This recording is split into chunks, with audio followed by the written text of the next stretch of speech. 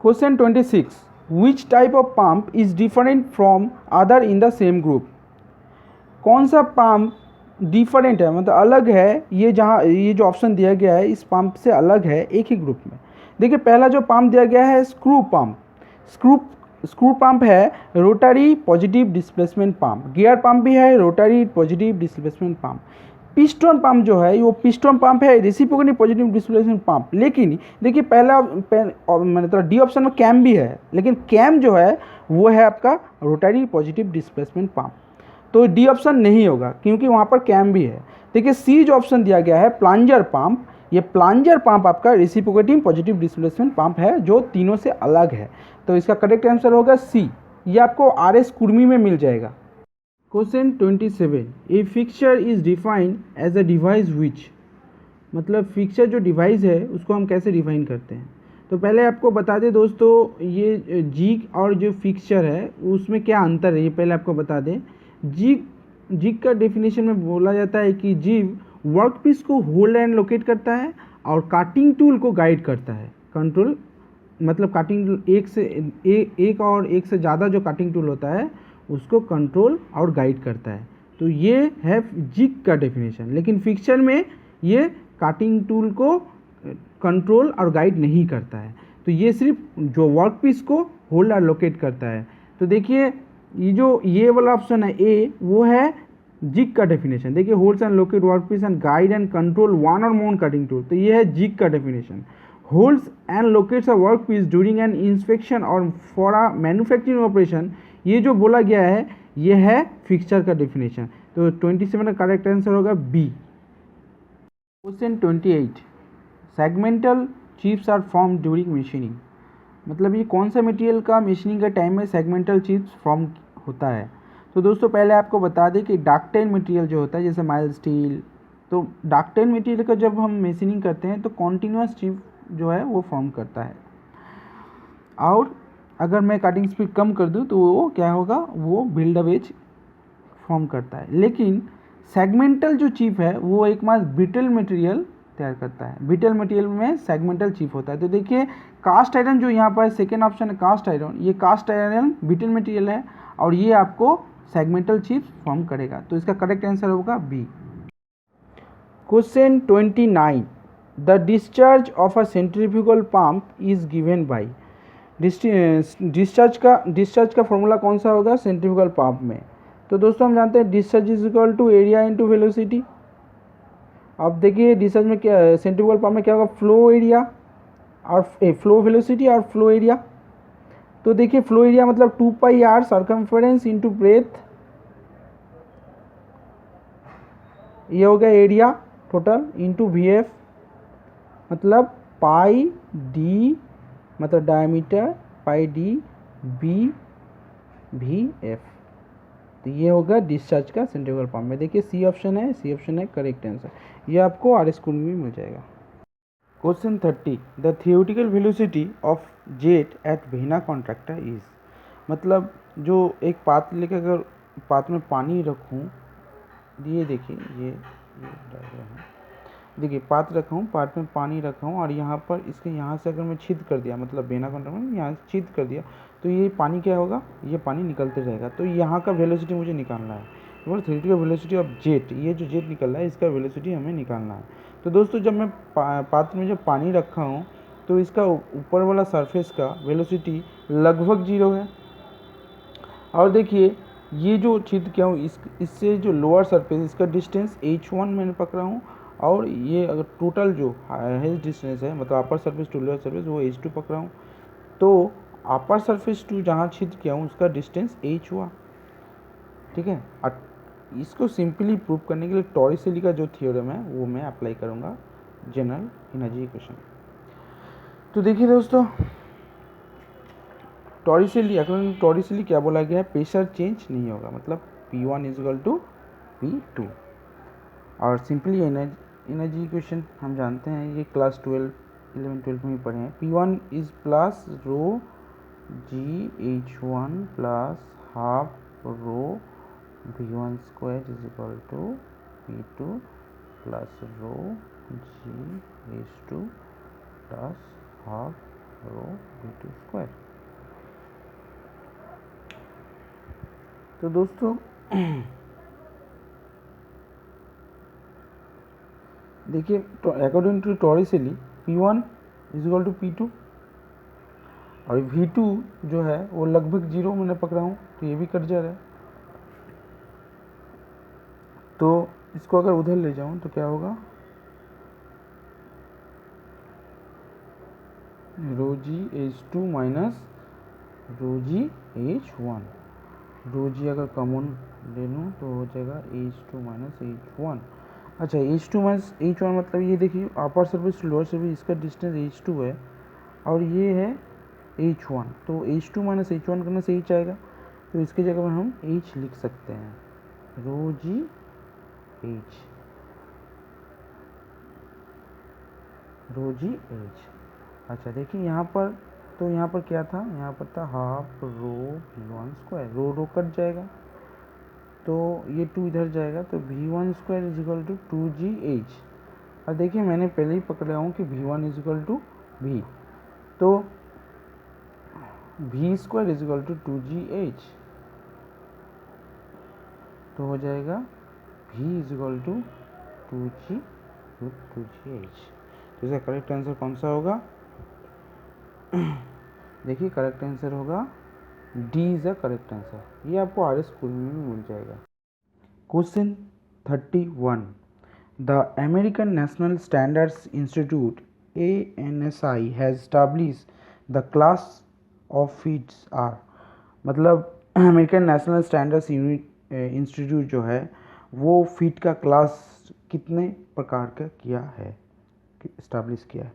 तो दोस्तों हम जानते हैं कि बेसिकली 3 टाइप्स का फीट होता है, जैसे होता है क्लियरेंस फीट, ट्रांजिशन फीट और इंटरफेरेंस फीट। लेकिन ISO इंडियन स्टैंडर्ड ऑर्गेनाइजेशन के अकॉर्डिंग देखिए क्लियरेंस फीट 4, ट्रांजिशन फीट 3 और इंटरफेरेंस फीट 3 है, मतलब टोटल 10 है।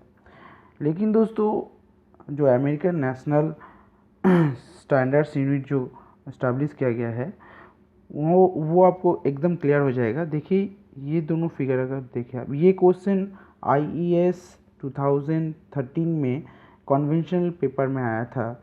यहाँ पर पूछा गया था कि classes of fit as per ANSI class 4 snug fit and class 7 medium force fit. तो यहाँ पर ये क्लास 4 बोला गया है स्नग फीट। देखिए दोस्तों यहाँ पर ISO का स्टैंडर्ड के अकॉर्डिंग लोकेशनल क्लियरेंस जो फीट है वो है सांग फीट, मतलब 5th नंबर, यहाँ पर बोला गया है 4th नंबर। और देखिए क्लास 7 जो बोला गया है मीडियम फोर्स फीट, वो ISO के अकॉर्डिंग है 9th नंबर पे मीडियम फोर्स फीट, मतलब आखिरी जो नंबर है वो फोर्स फीट दोनों का ही है। तो दोस्तों देखिए ANSI अकॉर्डिंग तो क्या होगा, यहाँ पर देखिए टोटल 10 है, ये 9th number medium force feet था, और देखिए क्लास 7 में है मीडियम फोर्स फीट, मतलब ANSI के अकॉर्डिंग। तो इसका आखिरी जो फीट है वो है फोर्स फीट, मतलब इसका टोटल जो है क्लास वो 8 है। तो इसका करेक्ट ऑप्शन जो होगा वो होगा C is the correct option. Question 32, the imaginary line drawn in the fluid in such a way that the tangent at any point gives the direction of motion at the point is known as। बोला गया है कि एक imaginary line, जो line fluid के ऊपर से fluid के ऊपर अगर लूँ एक इमेजिनरी लाइन है, उसके ऊपर से एक टेंजेंट ड्रॉ करूँ, वो टेंजेंट क्या करता है, मोशन को डायरेक्ट करता है, वेलोसिटी को डायरेक्ट करता है। तो वो लाइन को मैं क्या कहूँगा, तो देखिए पहला ऑप्शन दिया है पाथ लाइन। पाथ लाइन मतलब होता है कि फ्लूइड पार्टिकल एक्चुअल जो लाइन में फ्लो करता है, मूव करता है, उसको हम कहते हैं पाथ लाइन। तो पहला ऑप्शन नहीं होगा। देखिए तीसरा जो ऑप्शन दिया है स्ट्रिक लाइन। स्ट्रिक लाइन क्या होता है, ये लाइन होता है कि अगर फ्लूइड जो सब फ्लूइड पार्टिकल एक पर्टिकुलर पॉइंट को पास करके आता है कि एनी इंस्टेंट, तो वो सब जो फ्लूइड पार्टिकल उसको ज्वाइन करता है जो इमेजिनरी लाइन, उसको हम कहते हैं स्ट्रिक लाइन। तो तीसरा ऑप्शन भी नहीं होगा। देखिए दूसरा ऑप्शन जो बोला गया stream line, stream line is a imaginary line जिसके ऊपर से टेंजेंट ड्रॉ करने से वो मोशन को डायरेक्ट करता है। तो करेक्ट आंसर होगा बी, और दोस्तों पाथ लाइन, स्ट्रीम लाइन और स्ट्रिक लाइन ये तीनों सेम होगा स्टेडी फ्लो में, और ये आपको आर्केजन में मिल जाएगा। Question 33, multi stage centrifugal pump are use to. Multi stage centrifugal pump हम क्यों इस्तेमाल करते हैं? देखिए पहली बात है, मल्टी स्टेज सेंट्रीफ्यूगल पंप हम इस्तेमाल करते हैं हाई हेड प्रोड्यूस के लिए, और यहाँ पर अगर हाई हेड प्रोड्यूस किया गया तो प्रेशर जो है आउटलेट का वो भी हाई रहेगा। तो देखिए किसी किताब में, कुछ किताब में दिया हुआ था, मैं देखा हूँ कि high discharge and high head both बोला गया है, लेकिन एक्चुअल जो होता है हाई हेड, हाई डिस्चार्ज नहीं होगा। इस बार इसरो का जो क्वेश्चन था 2016 का जो इसरो का क्वेश्चन था, इसमें एक ऑप्शन भी था high discharge and high head, लेकिन वो ऑप्शन करेक्ट नहीं था क्योंकि हाई प्रेशर वहाँ पर करेक्ट होगा। तो देखिए यहाँ पर अलग अलग दिया हुआ है, कोई प्रॉब्लम नहीं है। पहला ऑप्शन है give high discharge produce high head, तो हाई डिस्चार्ज नहीं होगा, पंप विस्कस फ्लू ये भी नहीं होगा। देखिए प्रोड्यूस हाई हेड जिसके लिए हम करते हैं, तो ये B is the correct answer. ये आपको RS कुर्मी आर्केजन में मिल जाएगा।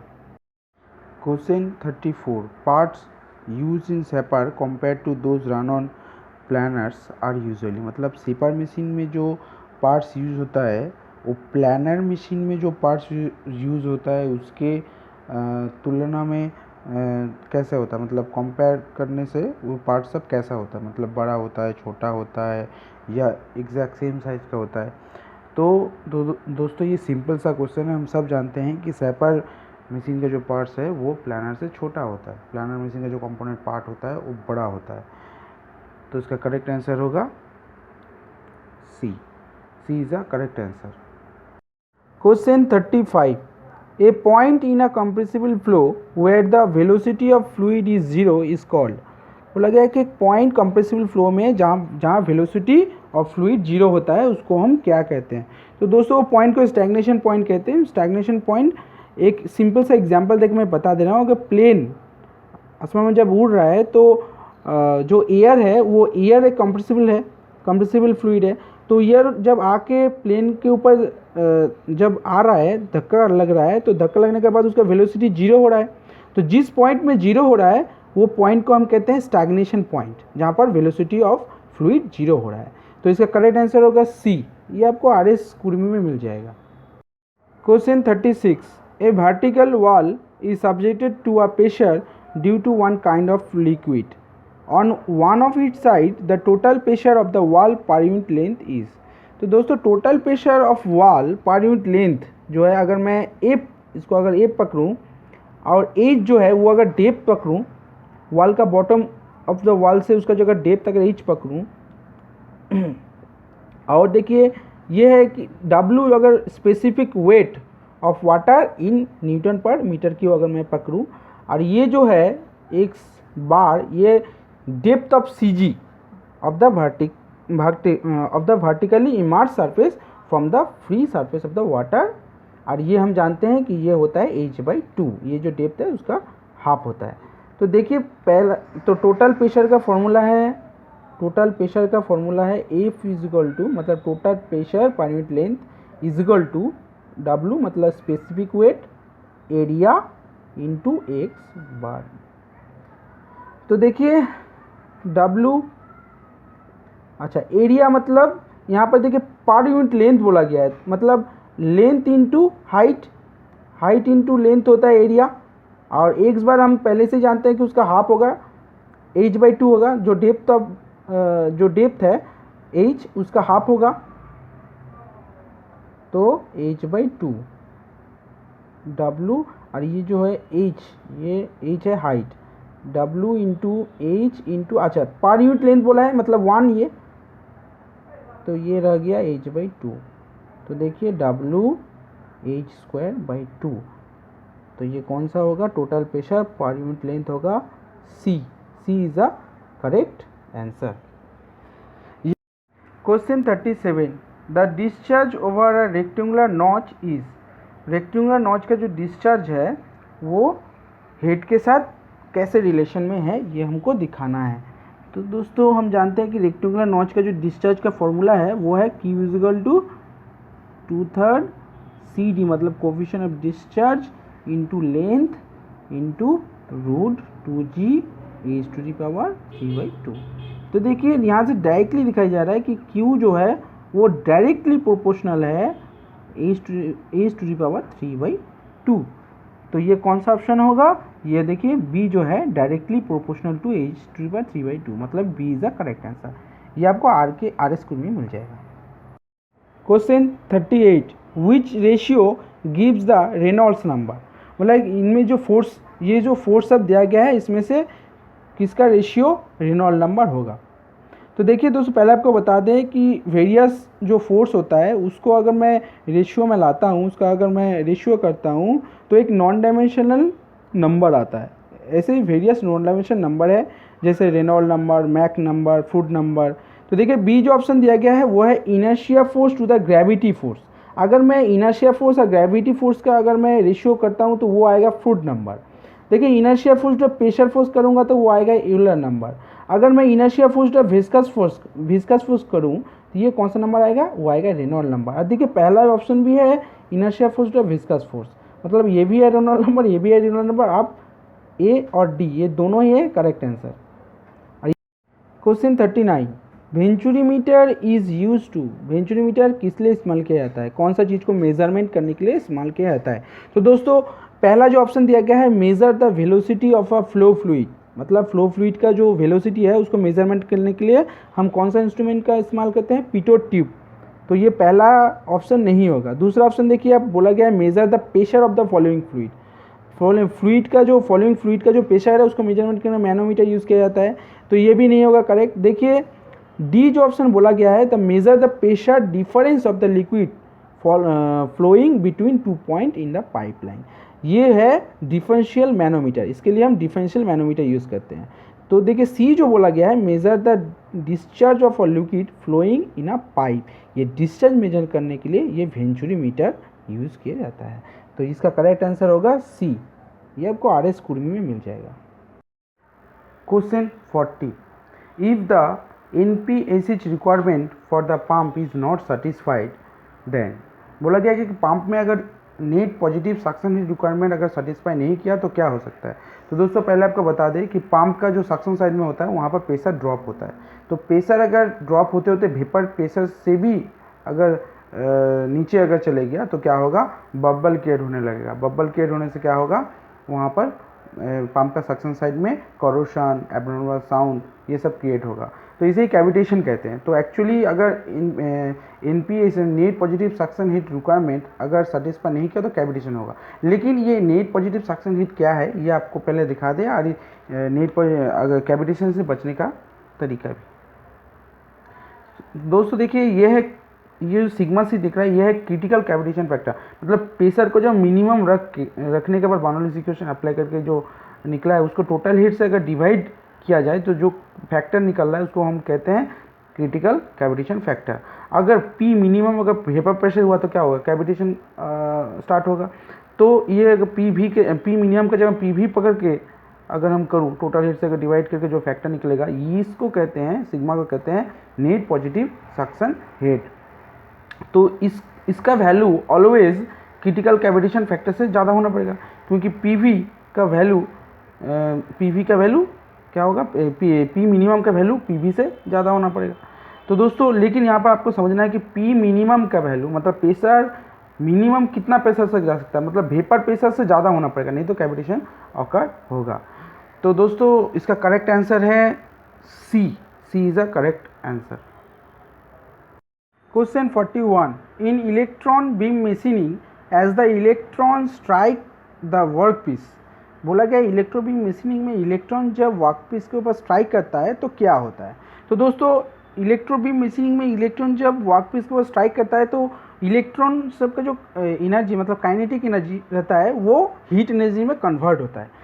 तो ये जो पहला ऑप्शन दिया गया है there kinetic energy is converted into heat energy, ये होगा करेक्ट आंसर। बाकी सब देखिए डी जो है इलेक्ट्रोकेमिकल ईचिंग जो होता है ये इलेक्ट्रोकेमिकल मशीन में होता है। मैकेनिकल एरोशन जो है ये EDM प्रोसेस में होता है। तो इसका करेक्ट आंसर है ए, 41 का correct answer A. Question number 42 the hydraulic mean depth for a circular pipe of diameter D is, मतलब सर्कुलर पाइप का हाइड्रोलिक मीन डेप्थ हमें निकालना है। तो सर्कुलर पाइप का हाइड्रोलिक मीन डेप्थ जो है वो अगर m हुआ उसका जो है फॉर्मूला वो है area by perimeter. Of circular pipe. तो एरिया सर्कुलर पाइप का क्या कितना होगा, pi r square divided by perimeter कितना होगा 2 पाई आर।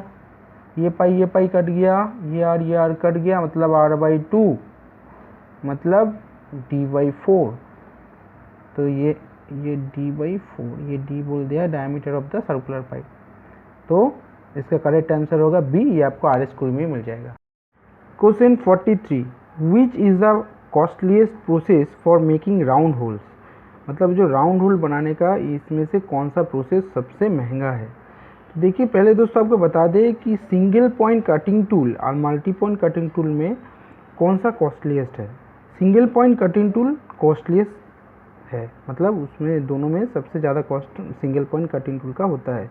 तो देखिए पहला जो है ड्रिलिंग में multi point cutting tool use होता है और रीएमिंग भी multi point cutting tool use होता है। लेकिन बोरिंग जो ऑपरेशन है उसमें single point cutting tool use होता है, इसलिए ये सबसे महंगा है। तो करेक्ट आंसर होगा B. Question 44, the Bernoulli's equation is based on the assumption that. Bernoulli's equation का एजम्पशन जो है ये ऑप्शन से में कौन सा है और कौन सा है। देखिए दोस्तों पहला जो ऑप्शन दिया गया है there is no loss of energy of liquid flowing, मतलब जो लिक्विड फ्लो कर रहा है उसका एनर्जी लॉस नहीं हो रहा है। तो ये वन टाइप ऑफ एजम्पशन है बर्नौलीज इक्वेशन का, तो ये करेक्ट है। देखिए दूसरा ऑप्शन दिया गया है the velocity of flow in uniform is uniform across any cross section of the flow, मतलब फ्लो जो हो रहा है वो यूनिफॉर्म होगा। तो ये हम जानते हैं ये वन टाइप ऑफ एजम्पशन है बर्नौलीज इक्वेशन का, तो ये भी करेक्ट है। देखिए सी जो बोला गया है no force except gravity force act on the fluid, मतलब दूसरा कोई फोर्स नहीं एक्ट हो रहा, सिर्फ ग्रेविटी फोर्स एक्ट होता है फ्लूइड के ऊपर, ये भी बर्नौलीज इक्वेशन का एजम्पशन है। तो इसका सारा है करेक्ट आंसर, तो D is a correct answer, all the above is a correct answer, ये आपको आर स्कूल में मिल जाएगा। Question 45, a differential manometer is use to measure. Differential manometer कौन सी चीज़ को मेज़र करने के लिए हम इस्तेमाल करते हैं। तो दोस्तों पहला जो ऑप्शन दिया गया है एटमॉस्फेरिक प्रेशर, ये हम बैरोमीटर से इसको मेज़र करते हैं, तो ये करेक्ट आंसर नहीं होगा। देखिए बी जो बोला गया है pressure in pipe and channel, ये हम मैनोमीटर से करते हैं। तो दोस्तों ये मैनोमीटर से करते हैं, लेकिन हमको पूछा गया डिफरेंशियल मैनोमीटर। तो ये देखिए जो है हम डिफरेंशियल मैनोमीटर से पाइप का जो 2 पॉइंट है वो 2 पॉइंट का जो डिफरेंस प्रेशर है वो हम मेज़र करते हैं। तो देखिए difference of pressure between 2 point in a pipe, ये जो है ये डिफरेंशियल मैनोमीटर से मेज़र किया जाता है। तो इसका करेक्ट आंसर होगा डी, ये आपको आर स्कूल में मिल जाएगा। Question 46, a flow in which the quantity of liquid flow per second is not constant is called. मतलब जो फ्लो हो रहा है उसका लिक्विड का जो क्वांटिटी है वो कांस्टेंट नहीं है पर सेकेंड में, इसको हम क्या करेंगे। अगर दोस्तों अगर कांस्टेंट हुआ तो उसको स्टेडी फ्लो कहते हैं, अगर कांस्टेंट नहीं हुआ तो उसको सिंपली अनस्टेडी फ्लो कहते हैं। तो इसका करेक्ट आंसर होगा अनस्टेडी फ्लो, ये सब ऑप्शन नहीं होगा, इसका करेक्ट आंसर होगा अनस्टेडी फ्लो डी, और ये आपको आर स्कूल में मिल जाएगा। Question 47, delivery head of a centrifugal pump is. मतलब सेंट्रीफ्यूगल पंप का जो डिलीवरी हेड है उसके साथ रिलेशन डायमीटर का, या यहाँ पर डायमीटर पूछा गया तो डायमीटर का कौन सा रिलेशन है। तो इसको जानने के लिए पहले आपको दोस्तों देखिए ये मॉडल लॉ आपको समझना पड़ेगा। Models law in pump turbine का भी है, यहाँ है पंप का। तो देखिए दोस्तों ये पंप का पूछा गया इसलिए मैं पंप का दिखा रहा हूँ। ये मॉडल लॉ है, इसके 3 लॉ आया है, इससे आप स्पीड, इससे आप डिस्चार्ज, इससे पावर, किसी का भी रिलेशन आप इससे निकाल सकते हैं। तो देखिए पहला जो देखिए यहाँ पर डिलीवरी हेड है, तो हेड का देखिए ये है, तो ये है, ये एम दिया गया है, ये मॉडल है प्रोटोटाइप, इससे किया जाता है। तो देखिए यहाँ पर हेड बोला गया है, हेड जो है रूट ओवर मैनोमेट्रिक हेड, ये है proportional to D and a root over. तो हेड जो है मैनोमेट्रिक ये डी स्क्वायर एन स्क्वायर के साथ प्रोपोर्शनल है। मतलब यहाँ पर कौन सा ऑप्शन करेक्ट होगा। देखिए पहला डायरेक्टली प्रोपोर्शनल टू डायमीटर, ये नहीं होगा क्योंकि ये स्क्वायर है। इनवर्सली ये भी नहीं होगा। देखिए proportional to diameter square of its impeller, मतलब C is the correct answer, ये आपको आर एस कुर्मी में मिल जाए। Question 48, in a shaper the metal is remove during. मतलब सेपर मशीन में मटेरियल रिमूव कब होता है। जैसे देखिए फॉरवर्ड स्ट्रोक, रिटर्न स्ट्रोक जो है, इनमें से कब मटेरियल रिमूव होता है। तो दोस्तों ये सिंपल है, ये सेपर मशीन में हम जानते हैं कि फॉरवर्ड स्ट्रोक जो होता है उसमें मटेरियल रिमूव करता है। तो ये इसका करेक्ट आंसर ये होगा, ये आपको आर एस कुर्मी में मिल जाएगा। Question 49 the value of bulk modulus of a fluid is required to determinate, मतलब बाक मॉडुलस हमको निकालने के लिए इनमें से कौन सा नंबर हमको ज़रूरत पड़ता है। तो देखिए दोस्तों, मैंने आपको पहले से ही बताया कि नंबर सब निकालने के लिए मुझे वेरियस फोर्स को रेशियो करके हम एक डायमेंशनलेस क्वांटिटी निकालते हैं, वही है नंबर, एक एक नंबर होता है। तो देखिए बाक मॉडुलस जो है वो हम क्या है, पहले मैक नंबर हम सबको पता है कि मैक नंबर होता है v/c, मतलब velocity of fluid by divided by sound velocity. और ये जो साउंड वेलोसिटी है हम जानते हैं c is equal to √k/ρ, मतलब ये k जो है ये है बाक मॉडुलस। तो दोस्तों देखिए ये मैक नंबर से हम ये k को निकाल सकते हैं, मतलब मैक नंबर जो है वो बाक मॉडुलस के ऊपर डिपेंड करता है, क्योंकि यहाँ पर बैठा सकते हैं हम। तो इसका करेक्ट आंसर होगा मैक नंबर, ये आपको RS कुर्मी में मिल जाएगा। Question 50 in limits and feed system basic SAP system is one those, मतलब बेसिक जो सैप सिस्टम है वो कौन सा होगा। तो देखिए लिमिट एंड फीड सिस्टम में ये समझने के लिए मैं आपको समझा रहा हूँ, ये अगर लाइन 0 हुआ, ये अगर लाइन 0 मतलब 0 लाइन है, तो सैप बेसिक सिस्टम बोला है, मतलब ये है सैप बेसिक, मतलब इसका जो अपर डिवीजन है वो 0 है। और देखिए यहाँ होल होगा, ये होल, ये सैप्ट, तो ये सैप बेसिक सिस्टम बोला है, इसीलिए सैप्ट का जो अपर डिवीजन है वो 0 होगा। देखिए ये 0 लाइन है, सैप्ट का अपर पोर्शन 0 होगा, तो इसका करेक्ट आंसर होगा डी होगा। देखिए इसका करेक्ट आंसर, ये आपको RS कुर्मी में मिल जाएगा, RK जैन में मिल जाएगा।